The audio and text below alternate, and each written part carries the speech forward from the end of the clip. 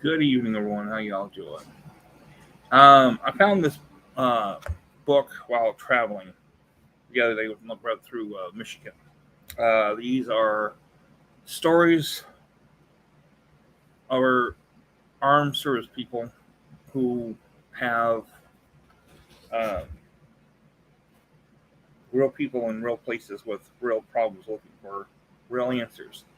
Um, Real people who real that it could be someone you know.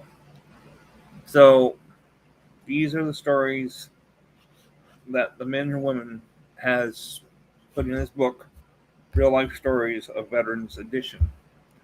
So I'm going to read some since we're coming up on 4th of July weekend, and I'm going to read this. I hope you enjoy it.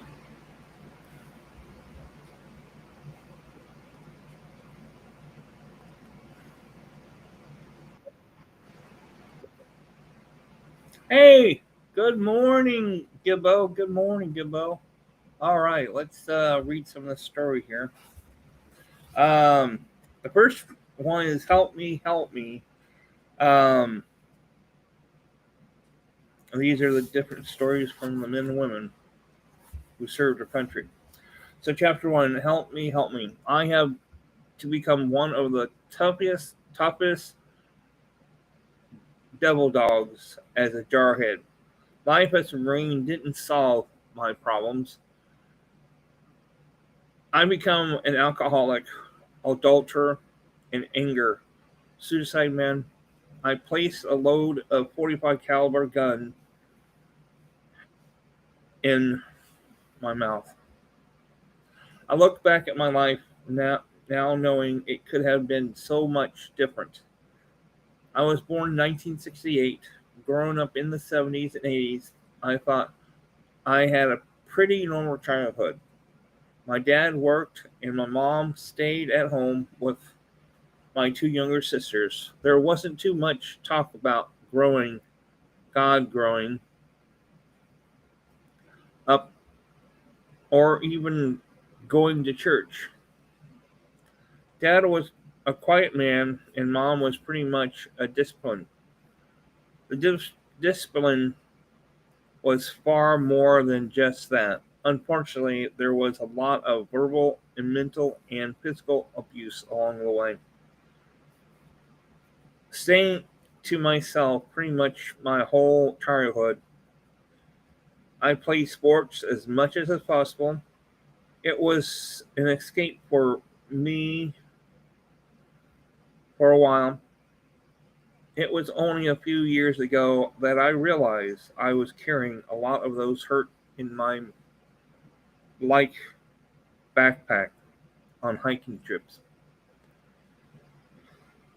At age 18, I knew I wanted to leave home. I briefly researched the branches of the military. The Marine Corps was the one for me. I thought I'll show everyone. I'll make my parents proud.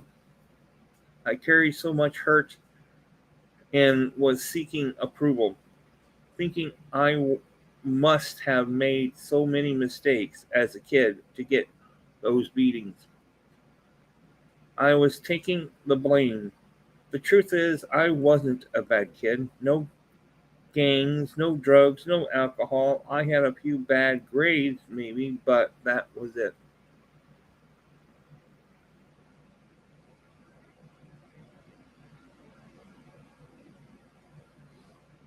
Okay, no problem, Gibbo. I went to MAPS Center in Chicago, already knowing it was the few that pr- proud of for me. After testing, even recruiter asked why the Marines. Your score are pretty high. Why not the Navy or Air Force? My response was simple. No, I have to become one of the toughest devil dogs, a jarhead. This was June after graduation high school. I left for boot camp August 31st as a vet. You tend to remember those dates. I became a Marine November 21st, 1986. That is another date I wouldn't forget. I worked very hard in boot camp. I wanted to be great. Promoted upon graduation. I achieved the goal and was proud. PFC, thinking, well, my parents will see that I was in the top 5 of my platoon of 100. They will be proud of me. I was still seeking approval because of something I thought I did wrong. It didn't get really any better. I was still hurt, still depressed, and still angry at myself. Little did I realize the anger started to turn to everyone around me as well. I was chosen after infantry training school at Camp Pendleton, California. I was 311th Rifleman. My MOS to go to the Marine Barracks 8th, and I in Washington D.C. It was called the Yankee White Duty.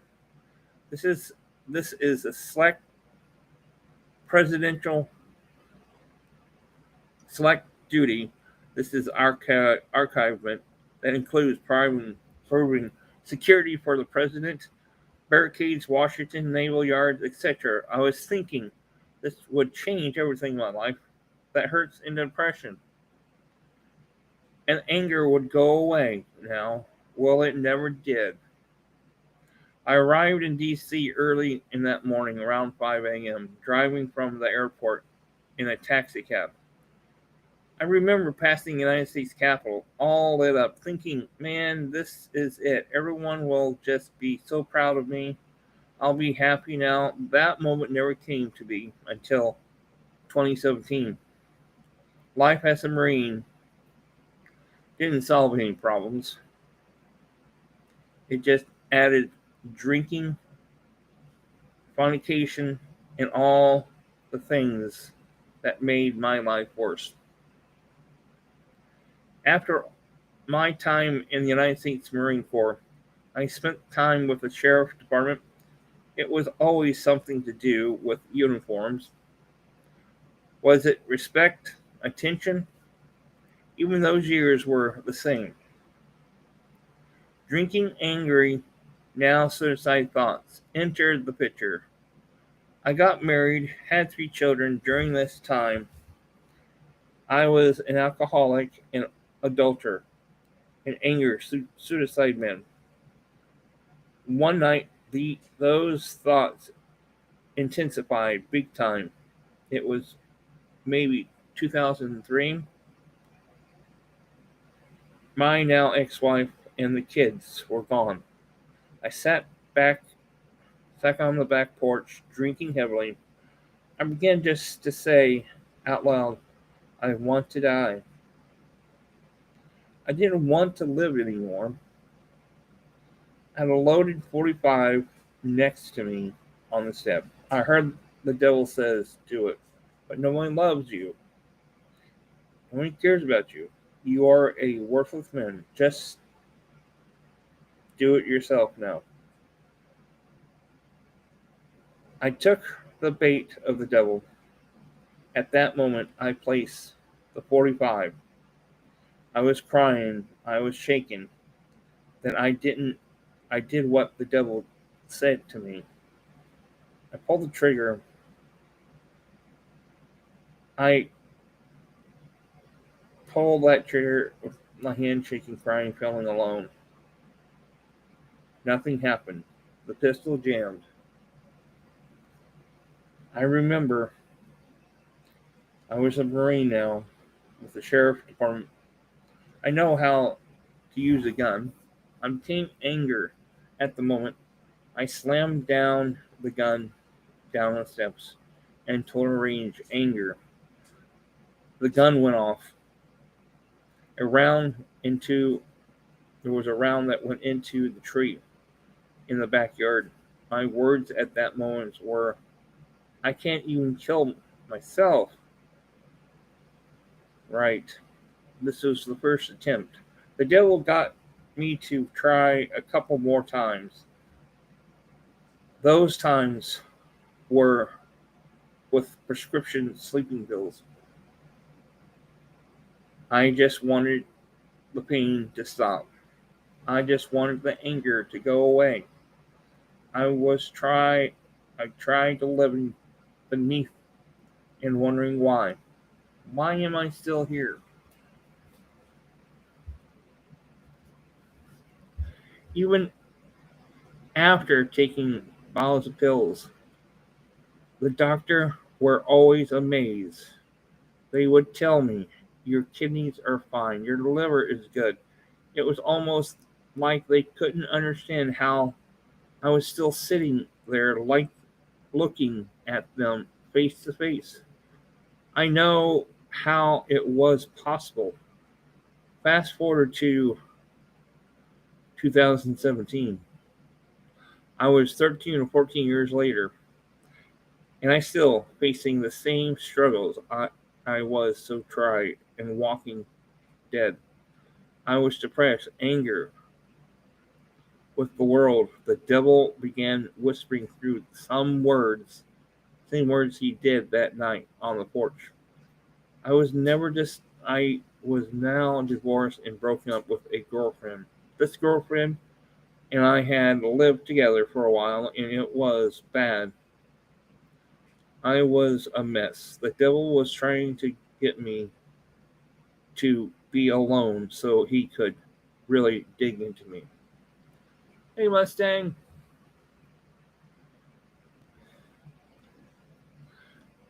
I fell for that as well. I moved out, broke up with the woman, and wanted to sit alone. I rented a house close to my job and 30 minutes from my ex girlfriend. She didn't give up on me or us. She would drive to the house, and I would sit on the floor in the dark, not answer the door. The devil told me to be alone, and I was just worthless now, as I was years ago. This was my life, hidden from world, anger, and depressed. One night on April 17th, 2017, another date I would never forget. I sat in the dark on the floor of an empty house. The thoughts of taking my life got louder and louder in my head. For the first time ever, I began to cry out to God. I said, God, if you're real, I need your help.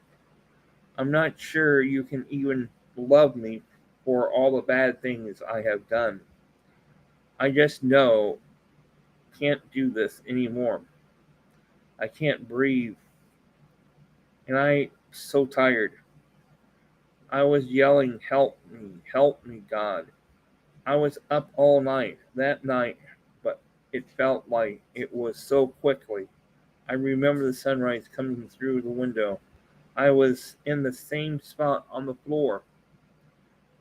It had to be 6 or 7 hours later. I was soaking wet, as if I went swimming with my clothes on. Looking at the sunrise, I noticed and felt something different. It was like breathing easier. I could hear better. I heard the birds on the outside, like I never heard before. I felt presence of God. At the very moment as I wrote this, I have tears coming down my cheeks. I heard a voice. It was a calm, soft, loving voice. But I also heard an authority this with this voice. I heard and felt his authority in the words, are you done? I know you tried, but I have always been by your side. You were never alone. I was with you. At the moment, I felt something I never felt before in my life.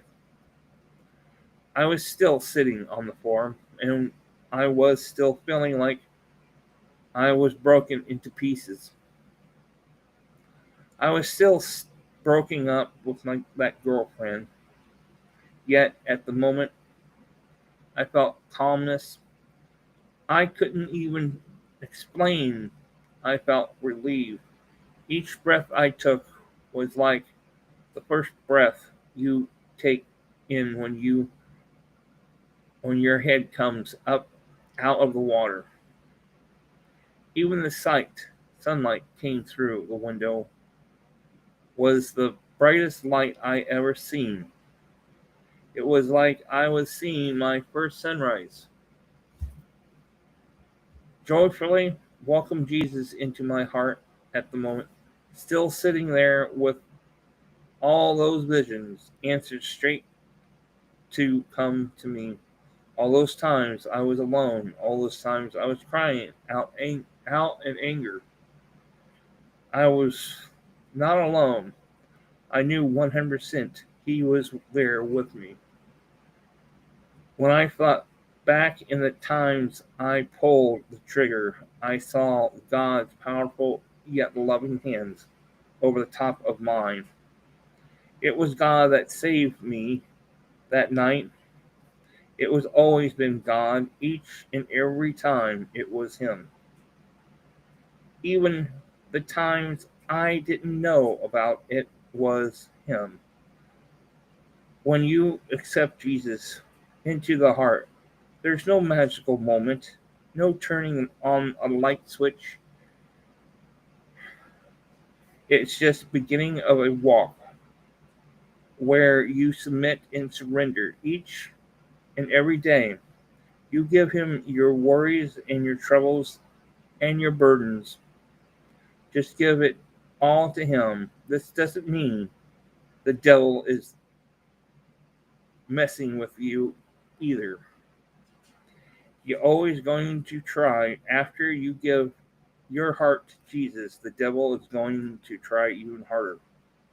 But even we have intimate relationship with God through spending time with Him through prayer and worship. The devil doesn't have a chance. Oh, Lise, God wants us to spend the time with Him. He is so good. As you love God, God is always loving you back. The girlfriend I broke up with that never gave up on me in my wife, she is a beautiful woman of God. We minister together, we worship together, and we love Jesus together. Remember, whatever you go through, whatever your struggles rise, you are never alone. With God, all things are possible. I praise, worship, glorify you, King of Jesus. The soldier's name was Jimmy, who was in the United States Marine.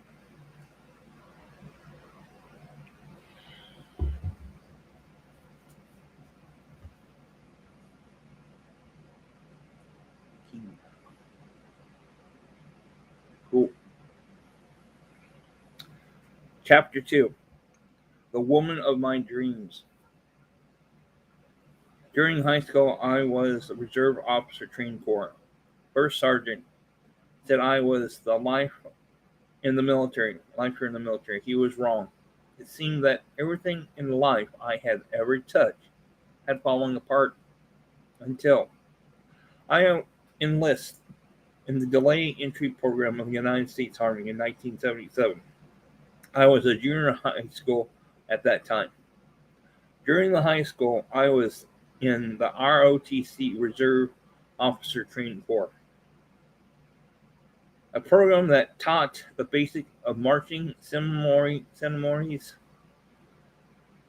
and the United States Code of Military Justice. After 4 years of ROTC, you are able to enlist as the E3 in the regular military. I graduated high school in May of 1970. Shortly thereafter, I left basic training at Fort Dix, New Jersey. Once basic was over, I was stationed in Fort Devon, Massachusetts, and began my AIT, Advanced Individual Training. My specialty at the point in time was and 05H-1K3, which is Morse code interpreter. The class was self-paced during the difficult of training. It took me 11 months to graduate. Most of us who have been in the service discovered that the best way to pass time was to drink alcohol. So, as you can imagine, we did that a lot,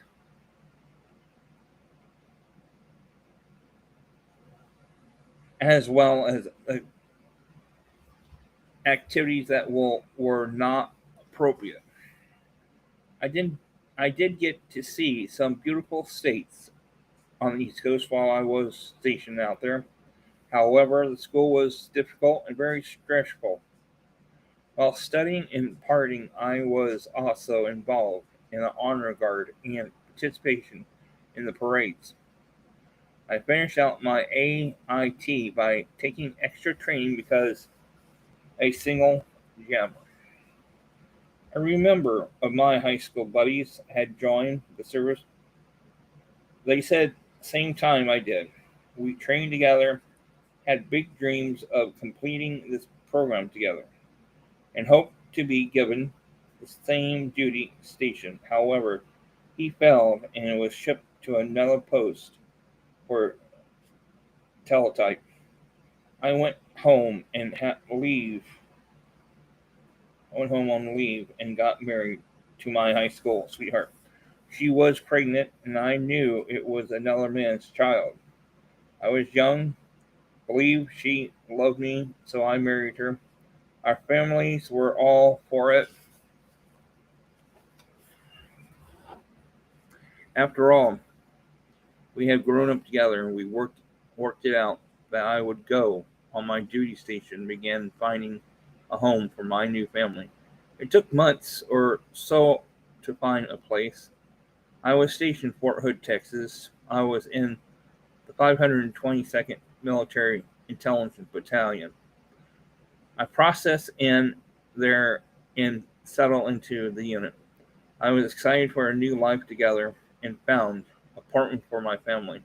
I bought a plane ticket for them to fly down to join me. The day came to her fly out to meet me, and she wasn't on the plane. I began wondering what could happen, so I called my parents to see if they had any idea. They had no idea what was going on. Here I was 2,000 miles from home trying to figure out what was going on. I called her mom, who informed me she had dropped our daughter off with her and left. After talking with her parents, I decided to get an emergency leave to go home. A couple of days had passed and she was still not around. I got my leave and headed to the airport. I called home to let them know I was leaving and found out she had picked up our daughter from home, her mom's. Shortly after picking up our daughter at her mom's place, she turned around and dropped her off to my parents' house, which was just across the street from her mom's. I had accepted responsibility by signing the papers for our daughter when I was on leave. Before I left Fort Hood, I was flying into an airport at Indianapolis and making my way home. She showed up at my mom's and took our daughter from my parents' home. At this point, I was on the hunt to find her. It took me 3 days to find her. When I did, she told me she had been with another man and doesn't want to be with me. I was still on emergency leave at this point, trying to take in it all. I thought clearly she was not thinking. I found out drugs were involved as well. So it got interesting very quick. I had to talk to an attorney to see what my options were between attorneys and my parents. Me, we decided to try to get custody. I contacted my company commander to let them know the situation. I received order to be attached to Fort Benjamin Harris. I began going for duty there while trying to get custody. She ended up giving me sole custody of our daughter, and I won custody through the courts.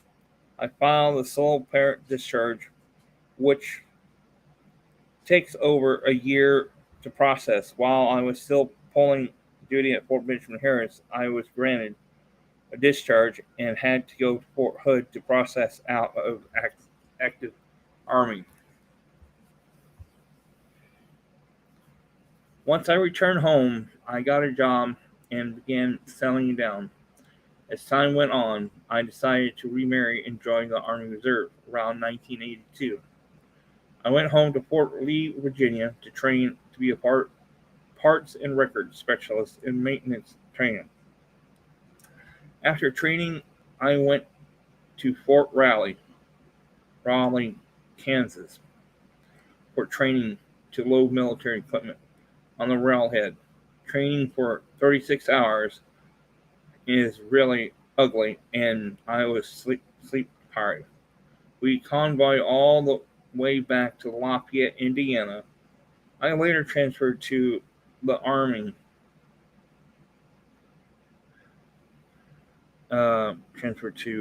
Indiana National Guard. After getting divorced again, we did have a son during the marriage. During this time, my mother had become very ill, leukemia. She passed away within 6 months of her diagnosis. While in the Guards, I received a promotion to sergeant. They asked me to take retention NCO position while also retaining squad leader in TOW weapons platoon. During my time in the Guards, I remarried again. I got to experience so cool stuff like night flying in a helicopter. I flew a chopper from Frankfurt to Grayling, Michigan. I was beginning to work Frito-Lay, and I went to the NCO school and hoped to make the E6. Things had been going well, and we had 2 daughters together. Then suddenly my grandmother died. My wife told me I let her got bored. My wife told me I let her got bored and she wanted a divorce. I worked 6 days a week, 12 hours at Frito-Lay. I had let her quit Frito-Lay so that she could be a stay-at-home mom.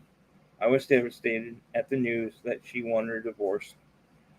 It was a very rough time in my life. I began using drugs, drinking more often, doing the same thing over and over, expecting a different result.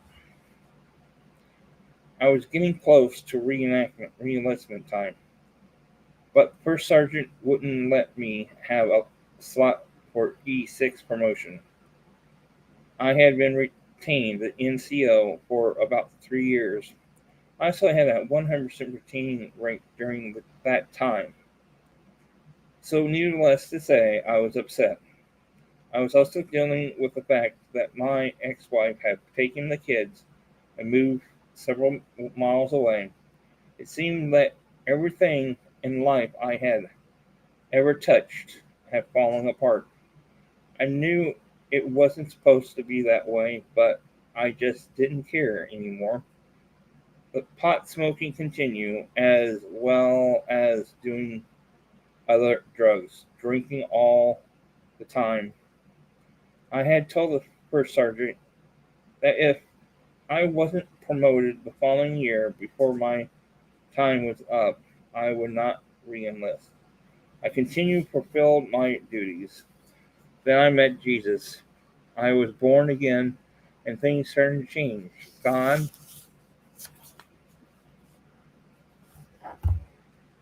took cigarettes away after 30 years habit. The alcohol and drugs were gone too. Praise God.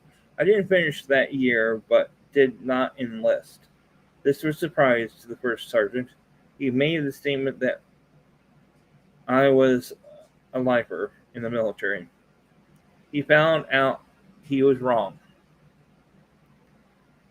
I began going to church, reading my Bible, growing in the Lord. I met that woman of my dreams, the one who had stuck by me for 23 years.